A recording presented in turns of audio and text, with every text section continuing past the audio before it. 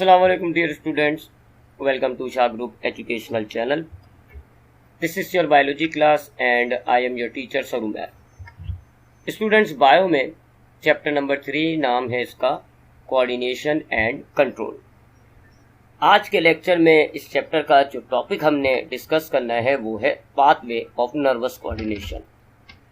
मगर इस टॉपिक को शुरू करने से पहले हम पिछले लेक्चर में जो हमने कोऑर्डिनेशन समझा था थोड़ा सा उसको रिव्यू कर लेते हैं। स्टूडेंट्स, मैंने आपको पिछले लेक्चर में समझाया कि हमें हमारी बॉडी को जब भी कोई काम करना होता है, मिसाल के तौर पे हमें भागना है, बात करनी है, पढ़ना है, कुछ लिखना है, खाना है, पीना है, ड्राइविंग करनी है, हमारे बॉडी के तमाम काम जब हमें परफॉर्म करने होते हैं तो हमारी बॉडी के मुख्तलिफ ऑर्गन्स आपस में मिलकर एक दूसरे के साथ मिलकर काम करते हैं तो जाके हमारा वो रिस्पॉन्स, वो रिएक्शन हो पाता है।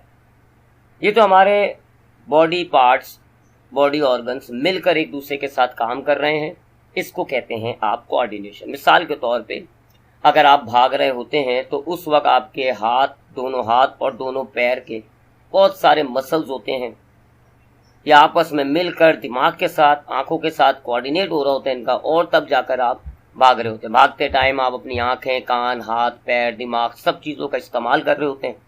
ये तमाम ऑर्गन्स मिलकर काम कर रहे होते हैं तो आप भाग पा रहे हैं। ये तो बॉडी पार्ट्स, बॉडी ऑर्गन्स मिलकर एक दूसरे के साथ काम करते हैं, इसको कहते हैं हम कोऑर्डिनेशन। कोऑर्डिनेशन बहुत ज़रूरी होता है। आपकी बॉडी के तमाम काम जब आपने परफॉर्म करने होते हैं तो कोई एक पार्ट नहीं बल्कि बहुत सारे पार्ट आपस में एक दूसरे के साथ कोऑर्डिनेट करते हैं तो जाकर आपका जो है वो बड़ा काम हो पाता है। ड्रिंकिंग करने के लिए, ईटिंग करने के लिए आपने जो है मुख्तलिफ ऑर्गन्स की कोऑर्डिनेशन करनी होती है बॉडी के अंदर। साथ साथ आपको एक ऐसा ऑर्गन भी चाहिए होगा जो आपकी इस तमाम कोऑर्डिनेशन को कंट्रोल करे, संभाले। ठीक, तो कोऑर्डिनेशन आपके तमाम काम करने के लिए इंतहाई ज़रूरी होती है। इसके अलावा स्टूडेंट्स, हम जानते हैं पिछले चैप्टर में भी हमने होम्योस्टेसिस में पढ़ा था कि हमारा एनवायरनमेंट तब्दील होता रहता है। कभी हमारे एनवायरनमेंट का टेम्परेचर बढ़ जाता है, कभी हमारे एनवायरनमेंट का टेम्परेचर कम हो जाता है। हमारे एनवायरनमेंट में कंटिन्यूसली चेंजिंग्स आती रहती हैं। हम क्या करते हैं, हम इन चेंजिंग्स को रिसीव करते हैं, यानी डिटेक्ट करते हैं, फिर उसके बाद इन चेंजिंग्स को एनालाइज करते हैं, क्या तब्दीली आई है ज़रा स्टडी करते हैं। उसके बाद हमारी बॉडी उस चेंज के हवाले से एक रिस्पॉन्स बनाती है। इसकी मैंने आपको प्रीवियस क्लास में एक एग्जांपल दी कि अगर आपको पीछे से कोई आवाज़ लगाता है तो ये हो गया जी एक चेंजिंग। आपकी बॉडी इस चेंजिंग को डिटेक्ट, यानी कि साउंड को डिटेक्ट करती है। फिर आप अपने दिमाग से एनालाइज करते हैं किसकी आवाज़ है, किसने आवाज़ लगाई होगी, कहाँ से आवाज़ आ रही है। फिर आपका दिमाग आपके नेक के मसल्स को एक रिस्पॉन्स देता है और आपके नेक के मसल्स जो हैं वो उस हिसाब से काम करते हैं और आपकी नेक घूमती है और आप पूछते हैं जी क्या हुआ। ये सारा काम जो आपको बताया इसको हम कह रहे होते हैं एनवायरनमेंट से इंटरेक्ट करना या फिर होम्योस्टेसिस करना। होम्योस्टेसिस भी इन सारे, यानी होम्योस्टेसिस में एनवायरनमेंट से अगर आपको इंटरेक्ट करना है तो इसमें भी कोऑर्डिनेशन इस्तेमाल होती है। एनवायरनमेंट से इंटरेक्शन के दौरान आप अपने मुख्तलिफ पार्ट्स को कोऑर्डिनेट करके आप जो है वो एक रिस्पॉन्स बनाते हैं। इसी तरीके से होम्योस्टेसिस जब होती है तो भी हमारा जो दिमाग होता है वो हमारे एनवायरनमेंट में होने वाले चेंज को एनालाइज करता है। पहले तो डिटेक्ट करती है हमारी बॉडी, ब्रेन तक पहुंचाती है, ब्रेन उसको एनालाइज करता है जी क्या चेंजिंग हुई है, और फिर ब्रेन जो है वो होम्योस्टेसिस मैकेनिज्म शुरू कर देता है। प्रीवियस क्लास में मैंने आपको इसकी एग्जाम्पल भी दी थी कि अगर आपका टेम्परेचर कम हो जाता है एनवायरनमेंट का तो सबसे पहले स्किन के ज़रिए आपकी बॉडी इस चेंज को डिटेक्ट करेगी। फिर ये चेंज आपके दिमाग तक पहुंचाया जाएगा, दिमाग एनालाइज करेगा कि टेम्परेचर कम हुआ है तो दिमाग जो है वो बॉडी के मुख्तलिफ जगहों पे जो है वो रिस्पॉन्स शो करेगा। आपको कपकपी लगेगी, आपके दांत कपकप आएंगे, ये ब्रेन ने रिस्पॉन्सेस दी हैं। तो ये कहलाता है होम्योस्टेसिस या इंटरेक्शन विद द एनवायरनमेंट। और इन दोनों कामों के लिए भी आपको मुख्तलिफ ऑर्गन्स की कोऑर्डिनेशन चाहिए। इन शॉर्ट, किसी भी काम को परफॉर्म करने के लिए बॉडी ऑर्गन्स का मिलकर काम करना कोऑर्डिनेशन कहलाता है। इस कोऑर्डिनेशन को प्रॉपर तरीके से कोई ऑर्गन कंट्रोल भी कर रहा होगा, और कोऑर्डिनेशन तमाम काम करने के लिए, एनवायरनमेंट के साथ इंटरेक्ट करने के लिए और होम्योस्टेसिस के लिए इंतहाई ज़रूरी चीज़ है। सो ये तो जी पिछले लेक्चर में जो हमने पढ़ा था उसका एक छोटा सा रिव्यू। आज हम बात करते हैं सबसे पहले हाउ नर्वस कोऑर्डिनेशन हैपन। ये जो नर्वस कोऑर्डिनेशन होती है ये कैसे होती है। स्टूडेंट्स, यहाँ आपको मैं पिछली क्लास का एक टॉपिक और थोड़ा सा रिपीट कर दूं। हमने पढ़ा था कि लिविंग ऑर्गेनिज्म में दो तरह का कोऑर्डिनेशन होता है, एक कहलाता है नर्वस कोऑर्डिनेशन, एक कहलाता है केमिकल कोऑर्डिनेशन। अगर मुख्तलिफ बॉडी ऑर्गन्स एक दूसरे के साथ कोऑर्डिनेट करने के लिए एक इलेक्ट्रोकेमिकल सिग्नल जिसको हम नर्व इम्पल्स कहते हैं इसका इस्तेमाल कर रहे हैं तो इसको हम कहते हैं नर्वस कोऑर्डिनेशन। और अगर मुख्तलिफ ऑर्गन्स एक ऑर्गन दूसरे ऑर्गन से कोऑर्डिनेट करने के लिए एक केमिकल सब्सटेंस का इस्तेमाल कर रहा है जिसको हम हार्मोन कहते हैं तो ये कहलाती है केमिकल कोऑर्डिनेशन। सो अब हम देखते हैं how nervous coordination happens.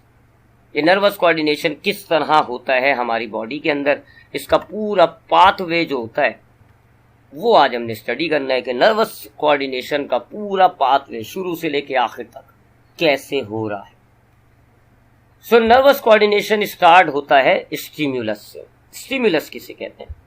Detectable change in the environment is called stimulus.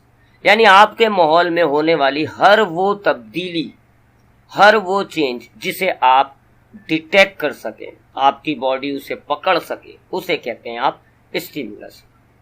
आप एक रूम में बैठे हुए हैं, अचानक कोई लाइट बंद कर दे तो ये लाइट बंद होना स्टिम्युलस कहलाएगा, क्योंकि आपके एनवायरनमेंट में एकदम तब्दीली हुई और आपने उसको डिटेक्ट भी किया। आप बैठे हुए हैं, किसी ने आपको आवाज लगाई तो ये किसी का आवाज लगाना स्टिम्युलस हो गया। बैठे हुए हैं, आपका मोबाइल आपके सामने मौजूद है, अचानक से वो वाइब्रेट करने लग जाए सो ये स्टिम्युलस हो जाएगा, क्योंकि आपके एनवायरनमेंट में, आपके माहौल में एक चेंजिंग आई है और आपने उसको डिटेक्ट कर लिया। सो माहौल में, अपने इर्द गिर्द के एनवायरनमेंट में बहुत सारी तब्दीलियां होती रहती हैं। जिन तब्दीलियों को हम देख सकें, सुन सकें, डिटेक्ट कर सकें, उनको हम कहते हैं स्टिम्युलस। सो नर्वस कोऑर्डिनेशन का पाथवे स्टार्ट होता है स्टिम्युलस से, यानी माहौल में तब्दीली से। ठीक, नर्वस कोऑर्डिनेशन कहां से स्टार्ट किया हमने? स्टिम्युलस, यानी हमारे एनवायरनमेंट में कोई चेंज हुआ है। फॉर एग्जाम्पल, मोबाइल रखा हुआ था, अचानक से वाइब्रेट होने लग गया, तब ये हो गई ना, स्टिम्युलस हो गई है मेरे लिए। मेरे सामने मेरा मोबाइल रखा हुआ था, बिल्कुल सुकून से था, अचानक इट इज वाइब्रेटिंग नाउ। अब ये वाइब्रेट कर रहा है, ये मेरे लिए हो गया स्टिम्युलस। स्टिम्युलस के बाद नेक्स्ट पाथवे का जो अगला हिस्सा होता है उसको हम कहते हैं सेंस ऑर्गन्स। बच्चों, सेंस ऑर्गन्स क्या होते हैं? सेंस ऑर्गन आपके जिस्म के 5 स्पेशलाइज्ड ऑर्गन्स हैं जो स्टिम्युलस को डिटेक्ट कर सके। देखिए, हमने अभी स्टिम्युलस में क्या बात की? माहौल में होने वाली तब्दीली जो आप डिटेक्ट कर सकें। तो किस चीज के जरिए डिटेक्ट करते हैं आप? सेंस ऑर्गन्स के जरिए। जैसे होता है ना, एक स्विच के अंदर करंट आ रहा है तो आप उसको कैसे डिटेक्ट करेंगे? एक एमीटर लेंगे, उसके जरिए आप करंट को डिटेक्ट कर सकते हैं। सिमिलरली हमारे एनवायरनमेंट में अगर कोई तब्दीली आती है तो अल्लाह ने हमारी बॉडी में कुछ ऑर्गन्स दिए। इन ऑर्गन्स का काम होता है हम अपने एनवायरनमेंट की उन तब्दीलियों को डिटेक्ट कर सकते हैं। तो उन ऑर्गन्स को जो स्टिम्युलस को डिटेक्ट करते हैं उनको हम कहते हैं सेंस ऑर्गन्स। बच्चों, हमारे जिस्म में 5 सेंस ऑर्गन्स होते हैं। आंखें होती हैं, नाक होती है, खाल है, जबान है और कान है। और इन 5 सेंस ऑर्गन से हम 5 चीजों को डिटेक्ट कर लेते हैं। आंखों के जरिए अगर रोशनी वाली कोई तब्दीली है, रोशनी से रिलेटेड कोई स्टिम्युलस है, उसको डिटेक्ट किया जाता है। नाक से खुशबू से रिलेटेड स्टिम्युलस डिटेक्ट किए जाते हैं। कान से साउंड से रिलेटेड जो स्टिम्युलस होते हैं वो कानों से डिटेक्ट किए जाते हैं। टेस्ट से रिलेटेड जो स्टिम्युलस होते हैं वो जबान से डिटेक्ट किए जाते हैं। और टेम्परेचर, कोई पेन आ रहा है आपके बॉडी में, वो आप स्किन के जरिए डिटेक्ट करते हैं। सो ये दूसरा हिस्सा होता है जी नर्वस कोऑर्डिनेशन का पाथवे का, सेंस ऑर्गन। यानी आपके माहौल में कोई तब्दीली आई, स्टिम्युलस कहा, सेंस ऑर्गन के जरिए आपने उसको डिटेक्ट कर लिया। अभी जो हमने एग्जाम्पल लिया, हमारा मोबाइल वाइब्रेट होने लग गया था तो ये स्टिम्युलस था। और ये बच्चों हमें कैसे पता चला? देख कर ना, क्योंकि वाइब्रेट हो रहा था, साइलेंट किया हुआ था, तो देखा वाइब्रेट हो रहा है, हिल रहा है। तो यहाँ eyes are the sense organ, आंखों ने इस स्टिमुलस को डिटेक्ट किया है। ठीक, अगला होता है जी पार्ट, यहाँ इस एग्जाम्पल में हमारी आईज जो है वो सेंस ऑर्गन हो जाएगी। नेक्स्ट चीज जो आती है वो है जी रिसेप्टर्स। अब बच्चों ये जो सेंस ऑर्गन्स होते हैं ना, जिनका काम होता है स्टिमुलस को डिटेक्ट करना, इनमें खास किस्म के सेल्स होते हैं। 5 सेंस ऑर्गन्स में आपको ये सेल्स मिलेंगे, ये टिश्यूज मिलेंगे, यानी कि ग्रुप ऑफ सेल्स हैं, ये बहुत सारे सेल्स का ग्रुप होता है। 5 सेंस ऑर्गन्स में आपको कुछ ग्रुप ऑफ सेल्स मिलते हैं जिनको हम कहते हैं रिसेप्टर्स। इन रिसेप्टर्स का काम ये होता है कि जो स्टिमुलस सेंस ऑर्गन ने रिसीव किया है, ये उस स्टिमुलस से रिलेटेड एक इम्पल्स बना देंगे। बच्चों इम्पल्स मैं आपको प्रीवियस क्लास में बता चुका हूं, एक हल्का सा माइल्ड सा करंट होता है, एक इलेक्ट्रोकेमिकल सिग्नल है, एक हल्का माइल्ड सा करंट है, उसको हम कह रहे होते हैं नर्व इम्पल्स। सो ये जो सेंस ऑर्गन्स है, चाहे आंख हो, चाहे नाक हो, चाहे जबान हो, चाहे खाल हो या चाहे कान हो, इन 5 सेंस ऑर्गन्स के अंदर मौजूद है रिसेप्टर्स। ये रिसेप्टर्स क्या करेंगे, जैसी सेंस ऑर्गन्स के अंदर स्टिमुलस आएगा, रिसेप्टर उसको देखते हुए एक इम्पल्स बना देंगे। सो अब एक इम्पल्स बन जाएगा। ठीक, सो स्टिमुलस जो हमारा मोबाइल वाइब्रेट हुआ तो ये हमारे माहौल की तब्दीली हो गई, इसको हम कहते हैं स्टिमुलस। फिर सेंस ऑर्गन वो ऑर्गन है जिनसे हम इन तब्दीलियों को डिटेक्ट करते हैं। मोबाइल को वाइब्रेट करते हुए आपने आंखों से देखा तो आंखें आपकी सेंस ऑर्गन हो गई। रिसेप्टर सेंस ऑर्गन के अंदर मौजूद ग्रुप ऑफ सेल्स होते हैं जो एक इम्पल्स बना देते हैं। लिहाजा अब आंखों के रिसेप्टर्स, जिनको हम कहते हैं फोटो रिसेप्टर्स, ये अब एक इम्पल्स बना देंगे। अब एक इम्पल्स तैयार हो गया जी, एक नर्व इम्पल्स जनरेट हो गया है। उसके बाद बच्चों अगली चीज होती है सेंसरी नर्व्स। ये नर्व्स क्या होती है, जैसे घर में बिजली के तार होते हैं, आपके पास एक स्विच बोर्ड है और दूर आपके पास एक पंखा मौजूद है, तो इस पंखे और इस स्विच बोर्ड को किस चीज ने कनेक्ट किया हुआ होता है, तार ने, वायर ने कनेक्ट किया हुआ होता है। स्विच ऑन करेंगे, वायर में से करंट गुजरते हुए आपके पंखे तक जाएगा और पंखा ऑन कर देगा। इसी तरीके से बच्चों आपके जिस्म में भी कुछ वायर्स की तरह मौजूद होती हैं, उनको हम कहते हैं नर्व्स। ये इम्पल्सिस को लाने ले जाने के लिए होती है। वो इम्पल्स जो अभी रिसेप्टर ने बनाया, ये जो रिसेप्टर ने क्रिएट किया इम्पल्स, इनको लाना ले जाना, इसके लिए अल्लाह ने आपके जिस्म में जो तार दिए हैं उनको हम कह रहे होते हैं नर्व्स। अब नर्व्स 2 किस्म की होती हैं बच्चों, एक होती है सेंसरी, एक होती है मोटर। मोटर नर्व्स अभी आगे आएगी। सेंसरी नर्व उन नर्व्स को कहा जाता है जो सेंस ऑर्गन से इम्पल्स लें और ब्रेन तक पहुंचा दे, ब्रेन या स्पाइनल कॉर्ड तक।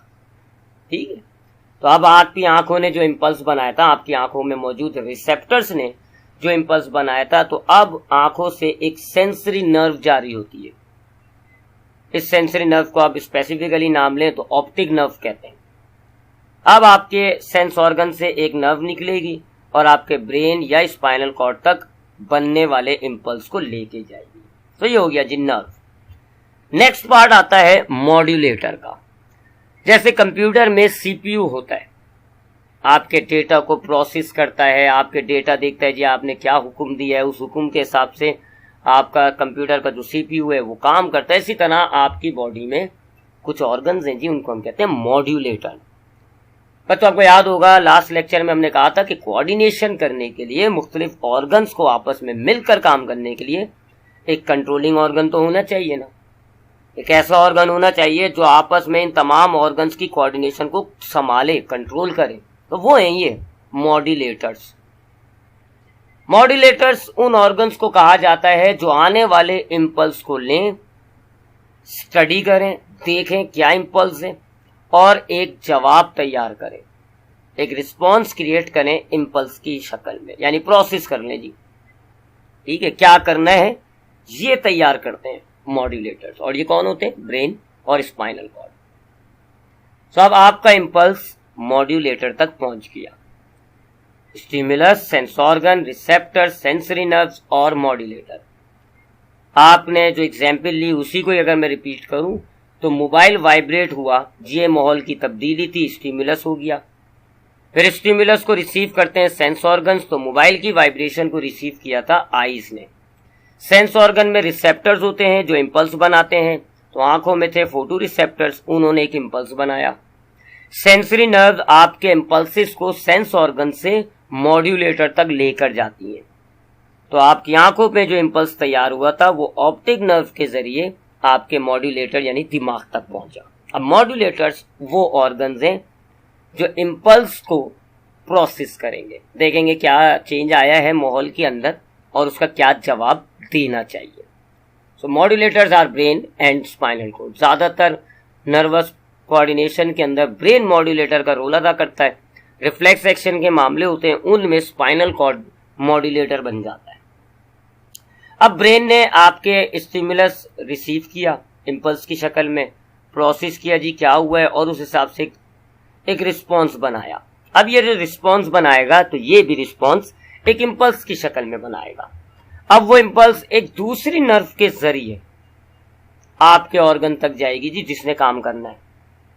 इस नर्व को जो इम्पल्स मॉड्यूलेटर से लेकर ऑर्गन तक लेकर जा रहा है, देखिए एक आने वाला रोड था, एक जाने वाला रोड है, तो वो नर्व जो आपके इम्पल्सिस को ब्रेन से ले और ऑर्गन तक पहुंचाते हैं उन्हें हम कहते हैं मॉड्यूलेटर्स। फिर अब जैसे इस केस के अंदर मोबाइल वाइब्रेट हो रहा है तो क्या दिमाग कहेगा? दिमाग कहेगा जी मोबाइल को उठाओ, रिसीव करो। सब मोबाइल का ये जो रिसीव करने का इम्पल्स दिमाग ने मॉड्यूलेटर ने बनाया, ये अब मोटर नर्व के जरिए आपके हाथों के मसल्स तक जाएगा। सब वो नर्व जो इम्पल्स को ब्रेन से हाथ के मसल्स तक पहुंचाएंगी उन्हें हम कहते हैं मोटर नर्व्स।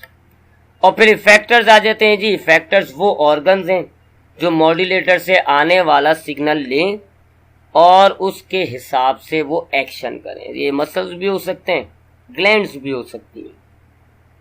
तो ये जो मॉड्यूलेटर ने इम्पल्स बनाया, मॉड्यूलेटर ने जो हुक्म जारी किया, ये उस हुक्म को अमल में लाते हैं। तो अब इस एग्जाम्पल में हाथों के मसल्स तक आपका इम्पल्स आएगा। आप हाथों के इम्पल्स के जरिए, जैसे आपके हाथों के इम्पल्स मिलेगा, हाथ एक्शन करना शुरू कर देगा। What is your response? You will pick up the mobile. आप मोबाइल उठा लेंगे, ये आपका रिस्पॉन्स हो जाएगा। तो माहौल में एक तब्दीली हुई, उसका आपने एक रिस्पॉन्स दिया। सो ये जी पूरा एक पाथवे नर्वस कोऑर्डिनेशन का। मैं दोबारा रिपीट कर रहा हूं, नाम क्या होते हैं? सबसे पहले स्टिमुलस होता है, स्टिमुलस को रिसीव करते हैं सेंस ऑर्गन्स। माहौल में अगर कोई ऐसी तब्दीली हो जिसे हम पकड़ लें, स्टिमुलस कहलाती है।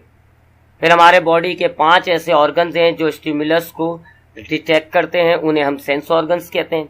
सेंस ऑर्गन्स के अंदर मौजूद होते हैं रिसेप्टर्स जो कि इम्पल्स बना देते हैं।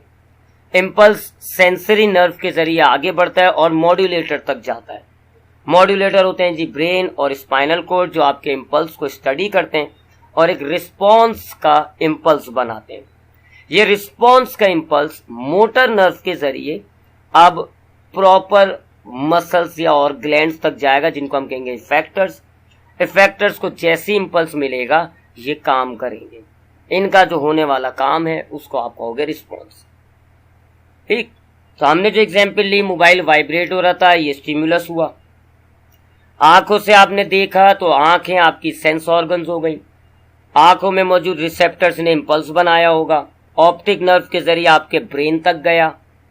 ब्रेन ने इम्पल्स देखा, क्या हुआ जी वाइब्रेट हो रहा है मोबाइल, तो ब्रेन ने एक पिकअप करने के लिए एक इम्पल्स बनाया। मोटर नर्व के जरिए ये आपके हाथों के मसल्स तक आया, तो हाथों के मसल्स हो गए इफेक्टर। आपके हाथों के मसल्स को जैसी ये इम्पल्स मिला, इन्होंने उस हिसाब से कॉन्ट्रैक्ट रिलैक्स करके आपके मोबाइल को पिक कर लिया। So that is the pathway of nervous coordination. I hope समझ में आ गया होगा। अब आगे छोटा सा और टॉपिक डिस्कस कर लेते हैं न्यूरॉन्स के बारे में। देखिए बच्चों, आपने भी पूरा पाथवे देखा नर्वस कोऑर्डिनेशन का, आपने उसमें कोऑर्डिनेशन भी ऑब्जर्व कर ली। नजर आया ना आपको कोऑर्डिनेशन, मुख्तलिफ ऑर्गन्स मिलकर काम कर रहे हैं। आंखें, नर्व, ब्रेन, फिर ब्रेन से फिर दोबारा एक नर्व, नर्व से जो है वो और इफेक्टर्स, तो मुख्तलिफ ऑर्गन्स मिलकर काम भी कर रहे हैं। कोऑर्डिनेशन भी आपने ऑब्जर्व करी। ये भी देखा कंट्रोल हो रहा है जी। मॉड्यूलेटर आपका कंट्रोलिंग ऑर्गन होता है, वो इम्पल्स को लेके उस हिसाब से रिस्पॉन्स तैयार करता है। अब एक चीज और नोट की होगी आपने कि इस पूरे पाथवे के अंदर जो हमारे खासकर ब्रेन के, नर्व के रिसेप्टर्स के जो सेल्स हैं ये आम सेल्स तो नहीं होने चाहिए ना, ये आम सेल्स तो नहीं होंगे क्योंकि इनमें से इम्पल्स गुजर रहा है। आम सेल जो है हमारे जिस्म के, खून के सेल्स जो होते हैं, खाल के जो सेल्स होते हैं, ये आम सेल्स है और इनमें से इम्पल्स नहीं गुजर सकता। ठीक है, आपके खाल के जो सेल्स होते हैं एपिथेलियल, उनमें से इम्पल्स नहीं गुजर सकता। आपके जो खून है उसमें से इम्पल्स गुजरेगा, डैमेज हो जाएंगे ब्लड सेल्स। लिहाजा ये जो पूरा नर्वस सिस्टम आपका बना हुआ है, रिसेप्टर्स, उसके बाद नर्व्स, उसके बाद मॉड्यूलेटर्स, उसके बाद मोटर नर्व, इन सारे पूरे नर्वस सिस्टम के अंदर एक खास किस्म का सेल होता है। उस खास किस्म के स्पेशलाइज्ड सेल्स को हम कहते हैं न्यूरॉन्स। यह आपके नर्वस सिस्टम का स्ट्रक्चरल भी और फंक्शनल यूनिट भी है। स्ट्रक्चरल मतलब सबसे छोटा सेल है, ये नर्वस सिस्टम का सबसे छोटा पार्ट है। फंक्शनल यूनिट है, ये सारा काम तो इसने ही करना है। ये न्यूरॉन्स होते हैं जी। आपका नर्वस सिस्टम एक खास किस्म के सेल से बना हुआ है, इसको हम कहते हैं न्यूरॉन्स। और बच्चों ये न्यूरॉन्स ही वो सेल हैं जो रिसेप्टर्स में मौजूद हैं, इम्पल्स बनाएंगे। नर्व के अंदर होते हैं तो इम्पल्स बनाते तो नहीं है, लेके जाते हैं। ब्रेन के अंदर भी जो न्यूरॉन्स हैं वो इम्पल्स को रिसीव करते हैं, फिर एक और इम्पल्स बनाते हैं। सो ये they can generate and conduct impulses. ये इम्पल्सिस को बनाते हैं और इम्पल्सिस को लाने ले जाने का काम होता है इनका। रिसेप्टर्स में, ब्रेन में जो मौजूद होंगे न्यूरॉन्स वो इम्पल्स बनाएंगे। नर्व में जो न्यूरॉन्स हैं वो इम्पल्स को कंडक्ट करेंगे। ठीक है, अब इसके स्ट्रक्चर को देखते हैं जी। आपके सामने डायग्राम बनी हुई है, ये एक जनरल डायग्राम है एक न्यूरॉन की। न्यूरॉन में ये चीज कहलाती है सेल बॉडी, या फिर इसको हम सोमा भी कहते हैं। ये कंप्लीट सेल होता है, कंप्लीट सेल। इसमें न्यूक्लियस भी होता है, गोल्जी बॉडीज भी होती है, एंडोप्लाज्मिक रेटिकुलम भी होता है, साइटोप्लाज्म भी होता है, मेम्ब्रेन भी होती है। एक कंप्लीट सेल है जी ये न्यूरॉन का। ये तो असल सेल है, इसको आप कहते हो सेल बॉडी या सोमा।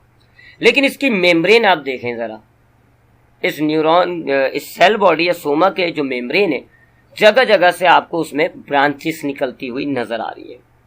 ये जो ब्रांचेस निकल रही हैं, एक्सटेंशन जो निकल रहा है सेल मेम्ब्रेन में से, इनको हम कहते हैं डेंड्राइट्स।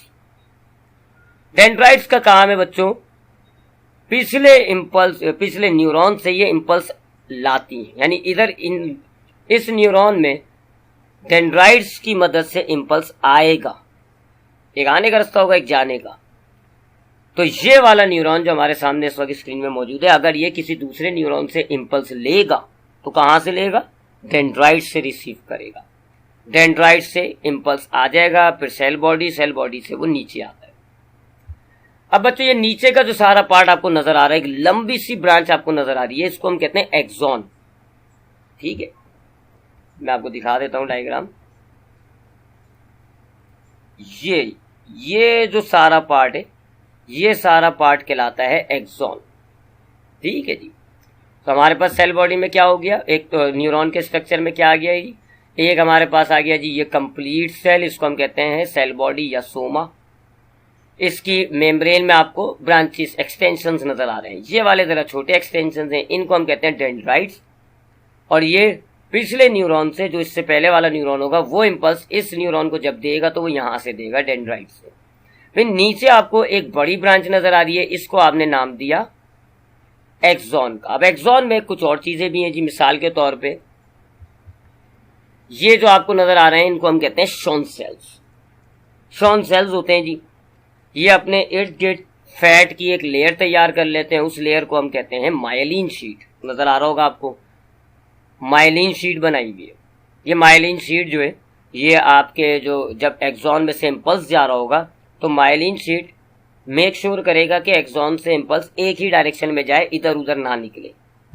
बीच में शॉन सेल्स के बीच में एक्सॉन के कुछ ऐसे पार्ट्स आपको नजर आ रहे होंगे जहां माइलिन शीट नहीं बनी हुई, इनको हम कहते हैं नोड्स ऑफ रणवीर। और बिल्कुल आखिर में आपको एक्सॉन टर्मिनल्स मिलते हैं, जिनसे आने वाला इम्पल्स दूसरे न्यूरॉन को ट्रांसफर होगा। तो ऊपर से डेंड्राइट से इम्पल्स आएगा, एक्सॉन से होता हुआ एक्सॉन टर्मिनल तक जब आएगा तो अब यहां से एक दूसरा न्यूरॉन कनेक्ट हुआ होगा, और वो इम्पल्स जो इस न्यूरॉन में था वो दूसरे न्यूरॉन में चला जाएगा। ये इसका स्ट्रक्चर होता है। अब इसकी टाइप्स पर बात कर लेते हैं जी। न्यूरॉन्स की टाइप, 3 किस्म के न्यूरॉन्स होंगे हमारे पास। एक कहलाएगा सेंसरी न्यूरॉन, एक कहलाते हैं इंटर न्यूरॉन और एक कहलाते हैं मोटर न्यूरॉन। ठीक है, 3 किस्म के न्यूरॉन है। सेंसरी न्यूरॉन उन न्यूरॉन्स को कहा जाता है जो इम्पल्सिस को ब्रेन या स्पाइनल कॉर्ड, जिनको हम आगे जाके नाम देंगे सेंट्रल नर्वस सिस्टम का, उन तक लेकर जाते हैं। ठीक है, अभी सेंट्रल नर्वस सिस्टम तो आपने नहीं पढ़ा ये टर्म, अभी आप आसानी के लिए ब्रेन समझ लें या स्पाइनल कॉर्ड समझ लें। सो ऑर्गन से इम्पल्स अगर आ रहा है ब्रेन तक, स्पाइनल कॉर्ड तक, तो जिस न्यूरॉन के जरिए आता है उसको कहते हैं हम सेंसरी न्यूरॉन। फिर ब्रेन और स्पाइनल कॉर्ड जिस न्यूरॉन से बना हुआ है जो प्रोसेस करेगा उसको हम कहते हैं इंटर न्यूरॉन। और फिर ब्रेन से जो इम्पल्स लेकर जाएगा उसको आप कहेंगे मोटर न्यूरॉन। तो ये 3 किस्म के न्यूरॉन हो गए। एक वो न्यूरॉन जो आपके इम्पल्सिस को दिमाग तक ला रहे हैं, सेंसरी कहलाएंगे। एक वो न्यूरॉन जो दिमाग में मौजूद होते हैं, इंटर न्यूरॉन्स कहलाएंगे। और एक वो न्यूरॉन जो दिमाग में बनने वाले इम्पल्स को आगे ऑर्गन तक लेकर जाएंगे, उनको हम कहेंगे मोटर न्यूरॉन। सो ये था बच्चों आज का lecture about pathway of nervous coordination. अब बच्चों इस लेक्चर से रिलेटेड सेक्शन ए के एमसीक्यू सॉल्व करते हैं। पहला एमसीक्यू है the activity in relation to changes in environment. अगर एनवायरनमेंट में होने वाली तब्दीली की वजह से कोई एक्टिविटी की जाए उसको हम क्या कहते हैं? स्टिमुलस, रिस्पॉन्स, दोनों, ए और बी दोनों, या फिर कुछ भी नहीं। तो बात यहाँ पर एनवायरनमेंट की चेंज की नहीं हो रही है। एनवायरनमेंट के चेंज की वजह से जो आपने एक्टिविटी की, जो आपने काम किया, उसके बारे में बात हो रही है। जैसे कि मोबाइल वाइब्रेट हो रहा है तो इस पे बात नहीं हो रही। मोबाइल वाइब्रेट होने पर आप क्या एक्टिविटी करेंगे? आप उस मोबाइल को उठाएंगे। तो ये मोबाइल उठाना ये क्या कहलाता है? तो अभी हमने पाथवे देखा, ये तो रिस्पॉन्स कहलाता है। ठीक है, नेक्स्ट एमसीक्यू है stimulus is detected by. Stimulus को आप किस चीज की मदद से डिटेक्ट करते हैं? सो स्टिमुलस हमारे पास सेंस ऑर्गन्स हैं जिनके अंदर रिसेप्टर्स होते हैं। रिसेप्टर्स इन स्टिमुलस को डिटेक्ट करते हैं और एक इम्पल्स बना देते हैं। तो इसका करेक्ट आंसर हुआ A, receptors. Next MCQ the detectable change in the environment is called. माहौल में होने वाली ऐसी तब्दीली जिसे आप डिटेक्ट कर सकें बच्चों, ये क्या कहलाएगा? ये हमारे पाथवे ऑफ नर्वस कोऑर्डिनेशन का बिल्कुल पहला टर्म होता है जी, स्टिमुलस। माहौल में होने वाली तब्दीली जो डिटेक्ट की जाए स्टिमुलस कहलाती है। They are the group of cell present in the sense organ that receive stimulus. Group है जी सेल्स का जो सेंस ऑर्गन में मौजूद होगा और उसका काम है स्टिमुलस को रिसीव करना, उसके हिसाब से एक इम्पल्स बनाना। क्या कहलाएंगे? ये स्टिमुलस कहलाएगा, रिस्पॉन्स, रिसेप्टर या इफेक्टर। तो बच्चों सेंस ऑर्गन में मौजूद सेल्स का एक ग्रुप जो सिर्फ सेंस ऑर्गन्स में ही मौजूद होता है। स्टिमुलस जो सेंस ऑर्गन में आता है ये उसको लेते हैं और उससे रिलेटेड एक इम्पल्स बना देते हैं। इन ग्रुप ऑफ सेल्स को हम कहते हैं receptors. They are the muscles and glands which perform the response according to the receive nerve impulse. Muscles और ग्लैंड्स जो कि रिस्पॉन्स करते हैं, जो भी उनको इम्पल्स मिलता है ना उसके हिसाब से। ये भी बता दूं कौन दे रहा है? मॉड्यूलेटर्स। सो मॉड्यूलेटर जो इम्पल्स, अगर एक इम्पल्स मसल्स और ग्लैंड्स को दे रहे हैं और मसल्स या ग्लैंड उस इम्पल्स के हिसाब से, उस इम्पल्स के अकॉर्डिंग कोई रिस्पॉन्स करते हैं, तो उन मसल्स ग्लैंड्स को हम इफेक्टर्स कहते हैं। Next MCQ the action in reaction to a stimulus. एक स्टिमुलस के एतबार से अगर आप कोई एक्शन करते हैं क्या कहलाएगा? रिस्पॉन्स कहलाएगा। They are the nerve that carry nerve impulse from receptor to coordinators.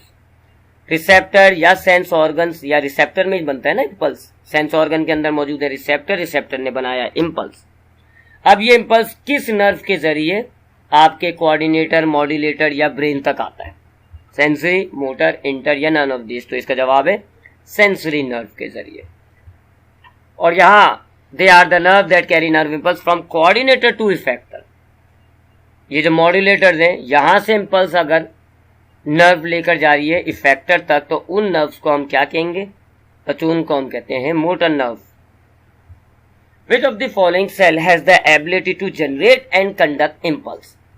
ये जो 4 सेल आपको दिए जा रहे हैं, 3 सेल हैं और एक का जवाब है ऑल ऑफ दीज, चौथा ऑप्शन है ऑल ऑफ दीज। तो बताना यह है कि इनमें से कौन सा ऐसा सेल है जो इम्पल्स, नर्व इम्पल्स बना और आना जाना उनका कर सकता है। तो बच्चों वो है जी न्यूरॉन।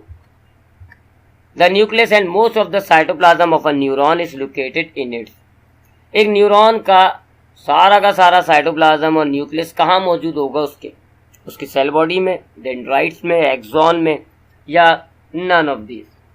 तो बच्चों एक न्यूरॉन में कंप्लीट जो सेल मैंने आपको बताया उसको हम सेल बॉडी या सोमा कहते हैं। अब आते हैं आज के लेक्चर से related short questions, section B के क्वेश्चन आंसर्स की तरफ। Question number 1, explain the pathway of nervous coordination. तो आज के लेक्चर में आपने पूरा नर्वस कोऑर्डिनेशन का पाथवे पढ़ा है, उसे आपने एक्सप्लेन करना है। तो ये वो पूरा पाथवे आ गया। सबसे पहले स्टिमुलस, फिर सेंस ऑर्गन, फिर रिसेप्टर्स, फिर सेंसरी नर्व, फिर ये कोऑर्डिनेटर्स, मॉड्यूलेटर्स, एक ही बात है, कोऑर्डिनेटर कहें इसको, मॉड्यूलेटर्स कहें। फिर यहाँ से मोटर नर्व, इफेक्टर और रिस्पॉन्स। आप चाहें तो इसके जवाब को नोट डाउन कर लीजिएगा। स्टिमुलस का मतलब होता है माहौल में होने वाली चेंजिंग्स जिन्हें हम डिटेक्ट कर सकें। सेंस ऑर्गन्स वो ऑर्गन्स हैं जिनमें रिसेप्टर्स मौजूद हैं जो स्टिमुलस को रिसीव करते हैं। रिसेप्टर आपके इम्पल्स, आपके स्टिमुलस को डिटेक्ट करके एक इम्पल्स बनाता है। सेंसरी नर्व ये इम्पल्स लेकर कोऑर्डिनेटर्स तक जाती हैं। कोऑर्डिनेटर्स आपके ब्रेन या स्पाइनल कॉर्ड होते हैं जो आने वाले इम्पल्स को स्टडी करते हैं और एक रिस्पॉन्स इम्पल्स बना देते हैं। ये इम्पल्स अब मोटर नर्व के जरिए आपके ऑर्गन्स तक जाएगा। उन ऑर्गन्स को आप इफेक्टर्स कहेंगे। ये इफेक्टर्स इम्पल्स, जो भी इनको इम्पल्स मिला उस हिसाब से काम करेंगे। काम को आप कहेंगे रिस्पॉन्स।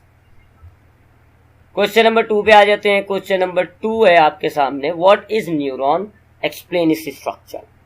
न्यूरॉन क्या होता है और उसका एक स्ट्रक्चर क्या होता है। सो बच्चों ये आपके पास इसका जवाब है जी। आप एक न्यूरॉन की हेडिंग डाल के लिख देते हैं, ये उसकी डेफिनेशन हो जाएगी। Structural and functional unit of nervous system is called neuron. Neurons are specialized cells that can generate and conduct nerve impulse. फिर आपने इसका स्ट्रक्चर भी बयान करना है आपको, लिहाजा आपने लिखा स्ट्रक्चर ऑफ न्यूरॉन और आपने कहा जी neuron consist of cell body and cell process. ये जो आपकी सेल बॉडी से, वो मैंने आपको बताया ना, सेल मेम्ब्रेन की ब्रांचेस निकल रही होती हैं, डेंड्राइट्स, एक्सॉन, दोनों को कंबाइन करके हम सेल प्रोसेस कहते हैं। ठीक है। सेल बॉडी में आपने लिखा कि सेल बॉडी या फिर सोमा भी कहा जाता है, इसमें मेम्ब्रेन मौजूद है, साइटोप्लाज्म है, न्यूक्लियस है, तमाम ऑर्गेनल्स है। सेल प्रोसेस क्या है जी? आपने कहा कि सोमा जो होता है हमारा, जो सेल बॉडी है, उसमें से आपको हेयर लाइक प्रोजेक्शंस निकलती हुई नजर आ रही होंगी, उनको कहते हैं हम सेल प्रोसेस। ये 2 तरह की होती हैं जी। अगर ऊपर वाली हैं, बहुत सारी हैं, छोटी छोटी हैं, डेंड्राइट्स कहलाती हैं। ये इम्पल्स को रिसीव करके आगे बढ़ाएंगी। एक्सॉन ये इम्पल्स को अगले न्यूरॉन तक लेके जाती है। एक्सॉन में शॉन सेल्स होते हैं जी, जगह जगह मौजूद होते हैं। ये फैट की लेयर बना लेते हैं, तो ये माइलिन शीट कहलाती है। इसका काम क्या है जी? Unidirectional flow of impulse. Impulse सिर्फ एक ही डायरेक्शन में फ्लो हो। और जो नॉन माइलेटेड पॉइंट होते हैं उनको हम कहते हैं nodes of Ranvier. Next question है question number 3, what are the different types of neuron. तो न्यूरॉन की 3 टाइप्स आपसे पूछी जा रही हैं। पहली हो गई सेंसरी न्यूरॉन, दूसरी हो गई इंटर न्यूरॉन, तीसरी हो गई मोटर। सेंसरी न्यूरॉन्स क्या होती हैं? जो कि इम्पल्स को कंडक्ट करती हैं ऑर्गन से सेंट्रल नर्वस सिस्टम तक। इंटर न्यूरॉन्स जो है ये आपके ब्रेन और स्पाइनल कॉर्ड बनाए हुए होते हैं। और मोटर न्यूरॉन जो है वो आपके इम्पल्स को सेंट्रल नर्वस सिस्टम से इफेक्टर तक लेकर जाती है। Question number 4, draw a need and label diagram of neuron. Neuron की आपने एक साफ सुथरी से अच्छी सी डायग्राम बनानी है। तो ये आपके सामने जो मौजूद है ये बुक, टेक्स्ट बुक की डायग्राम है। आप चाहें तो ये ड्रॉ कर लें, जो इस वीडियो के अंदर मैंने आपको डायग्राम दिखाई, आप चाहें तो वो ड्रॉ कर लें। सो ये था जी बच्चों आज का lecture about pathway of nervous coordination. इंशाल्लाह नेक्स्ट क्लास में इस चैप्टर के अगले टॉपिक को हम डिस्कस करेंगे। ख्याल रखिएगा अपना। अल्लाह हाफिज़।